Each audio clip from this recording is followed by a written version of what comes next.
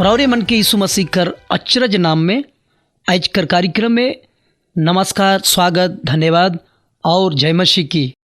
हम रौरे लागिन ही प्रार्थना करीला कि रौरे के भी परमेश्वर नित्य दिन भला चंगा रखोक और आत्मिक जीवन में आगे बढ़ाओक। आओ हमरे मन प्रार्थना कर साथ आज कर कार्यक्रम में आगे जाब। हे परमेश्वर पिता, बहुत बहुत धन्यवाद देवथी रौरे के आज कर सुंदर अवसर लागिन और स्तुति प्रशंसा रौरे हे के देवथी।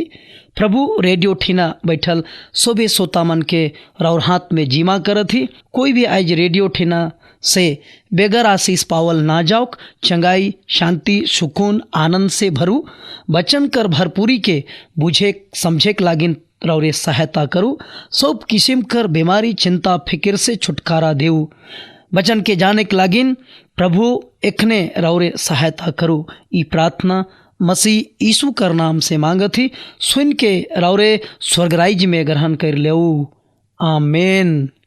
भाई बहन मन, परमेश्वर हमरे कर प्रार्थना के सुन ले हैं और हमारा ऐसा विश्वास है कि एखन रेडियो कर चारों बटे परमेश्वर कर पवित्र आत्मा मंडलाथे, उकर उपस्थिति हमरे बनकर बीच में आहे।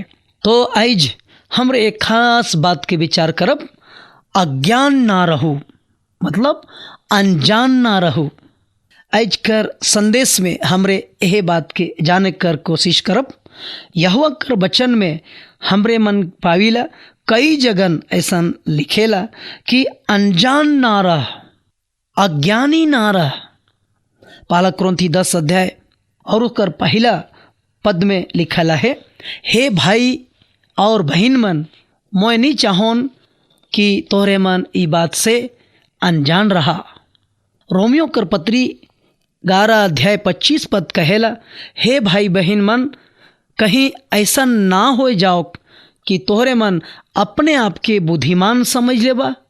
से कर ले मैं नहीं चाहोन कि तोहरे ई भेद से अनजान रहा। सुता मन यह लिखे 2 कुरिन्थी पहला अध्याय 8 पद और पहला थिस्सलुनीकी 4 अध्याय 13 पद, फिर पहला कुरिन्थी 12 अध्याय पहला पद। इस सब जगह वचन कहेला तोए अनजान ना रह। तो हम सब मानव जाति के अनजान नहीं रहे के चाहिए, तो के जाने के चाहिए। लेकिन का बात के जाने के चाहिए? दुनिया में तोर भैया सब बात के एक एगो आदमी नहीं समझे पारी और नहीं जानी। सब चीज़ के जाने बहुत कठिन है। एक आदमी सब चीज़ के नहीं जाने पारी। घड़ी खराब होलक तो उके घड़ी बनवा ठीना लगे पड़ेला। दूसरा जगह दूसरा मिस्त्री ठीना लगे के पड़ी। गाड़ी खराब होएला तो हमरे मन मैकेनिक ठीना गैरेज पहुँचाए देवीला। मोबाइल बनाए नहीं जानीला, टीवी बनाए हमरे नहीं जानीला।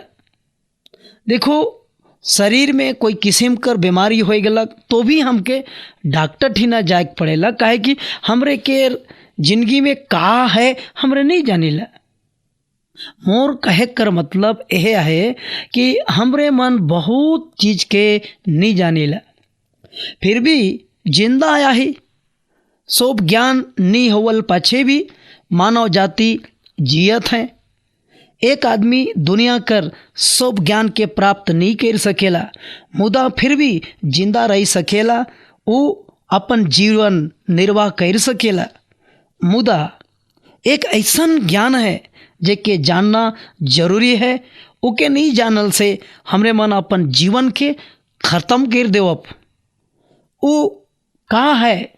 वो एके बात है भाई बहन, यीशु मसीह के हमरे के जानना जरूरी है। कहे कि यीशु मसीह जीवन है के।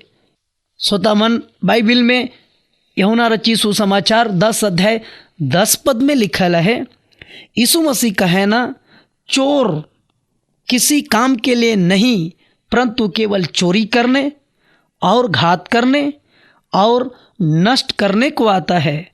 मैं इसलिए आया कि वे जीवन पाए और बहुतायत से पाए। देखो श्रोतामन, दुनिया में जीवन कर बारे कोई नहीं बात करे ना। सब मृत्यु, नाश, हत्या, बर्बादी, नुकसान, लड़ाई, धोखा इत्यादि कर बारे बात करे ना। मुदा संसार में यीशु मसीह ही खाली जीवन कर बारे बात करेला, कहे कि यीशु ही जीवन है। यूहन्ना रचित सुसमाचार 14 अध्याय 6 पद में लिखल है, वो कहेला मार्ग, सत्य और जीवन मोहे है को। प्रभु यीशु जीवन है के और जीवन कर बारे हम सब मानव जाति के जानना जरूरी है। रौरे दुनिया कर सब बात के जान नहीं सकीला तो चली, लेकिन यीशु कर बारे अगर औरे नहीं जानब तो रौरे जिंदगी के ख़त्म कर देब और विनाश में चल जाब, जहाँ रोना और दांत पीसना है। सेले हम ई कहे चाहिए भाई बहन कि यीशु के और बगरा जानो और करीब में जानो, ताकि रौर जिंदगी बैठ जाओ। परमेश्वर कर महिमा हो। इस सुंदर समय लागिन, इस सुंदर संदेश लागिन परमेश्वर रौरे मन के बहुत बगरा आशीष देवो। सभे के जोहार।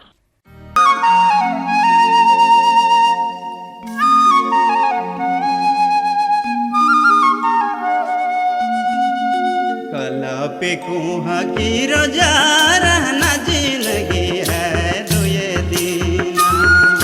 कला पे कुहा की रोजा रहना जिंदगी है दुए दीना।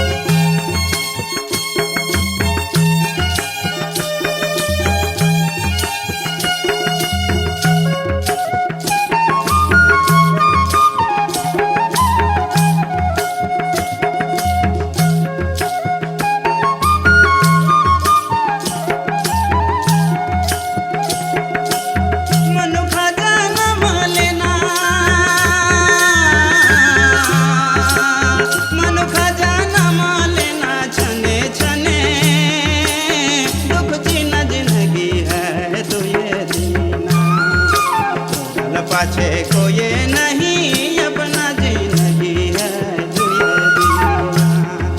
मोरल पाछे कोई नहीं